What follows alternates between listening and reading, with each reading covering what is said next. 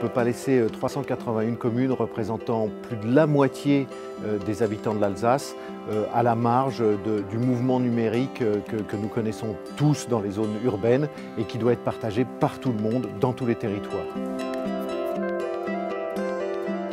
C'est le réseau d'initiatives publiques le plus grand de France. 100% des Alsaciens sont raccordés, là où une initiative privée ne fait pas son effet. Là aussi, dans la plupart des dossiers en France, on a un déploiement qui est beaucoup plus long, sur 10 ou 15 ans.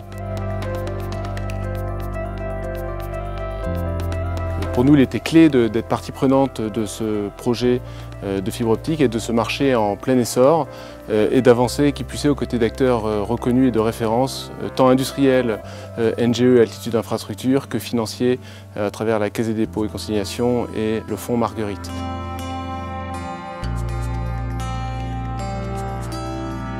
Cette autoroute d'information doit être un lien social exhaustif entre toutes les entreprises qui sont sur ce territoire. On estime que pour la partie uniquement construction, les investissements de premier établissement, il faut 200 personnes pour faire ce chantier, auquel il faut rajouter le personnel pour faire les raccordements clients, plus le personnel pour la commercialisation, plus tous les emplois qui sont liés aux usages. Un projet économique, certes, mais c'est surtout pour nous un projet humain.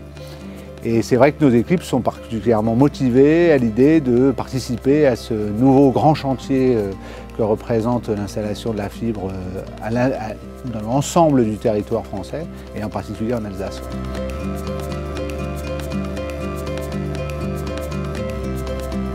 Le projet Rosas, je pense, est un très bel exemple de ce que l'on peut faire.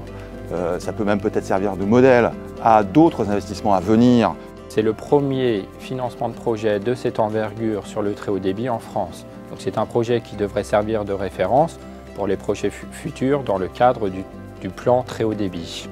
Les innovations qui ont été mises en œuvre dans le projet Rosas vont pouvoir être dupliquées dans d'autres régions françaises. Nous serons aux côtés de la région et de l'ensemble des collectivités dans cette démarche. Encore une fois, pas uniquement en tant qu'investisseur passif, mais en tant qu'accompagnateur de cette initiative, y compris, si besoin est, en amont par de l'ingénierie et de la conception juridique. L'ambition de Vialis, c'est de passer du statut d'opérateur de Centre-Alsace en opérateur sur le réseau alsacien, c'est-à-dire de mettre à disposition, dans la tradition de nos services de proximité, tout ce qu'on sait faire en télévision, en internet, en télécom. La fibre optique est vraiment un atout de plus pour pouvoir justement rendre l'Alsace attractive. Et je dirais que c'est même un élément essentiel de l'attractivité. Sans cette composante-là, l'entreprise aura des difficultés à se développer, ça c'est clair. Toutes les entreprises qui vont figurer sur le territoire desservi par Rosas pourront avoir accès à des services en mode hébergé, donc des services au mode de facturation et de production externalisés, qui est l'avenir du système d'information, dans les meilleures conditions de performance et de prix.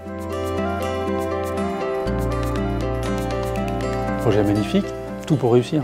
Continuité dans l'engagement politique, modèle concessif sur un territoire, il faut bien le reconnaître, qui est quand même à part. Nous, on le pousse, on le soutient, d'abord parce qu'il y a une vraie expertise aujourd'hui avec l'ancien Conseil régional d'Alsace, et puis parce qu'on est convaincu que si on s'articule bien avec les projets locaux qui sont déjà en cours et avec les équipes qui sont déjà locales dans chaque département qui sont en cours, on est persuadé que ça va accélérer ces déploiements dans les prochaines années. Aujourd'hui, si on arrive effectivement à monter ce type de projet sur l'ensemble des départements qui sont quand même plus ruraux que la région Alsace, je crois qu'on aura vraiment franchi une étape très très importante au service des territoires.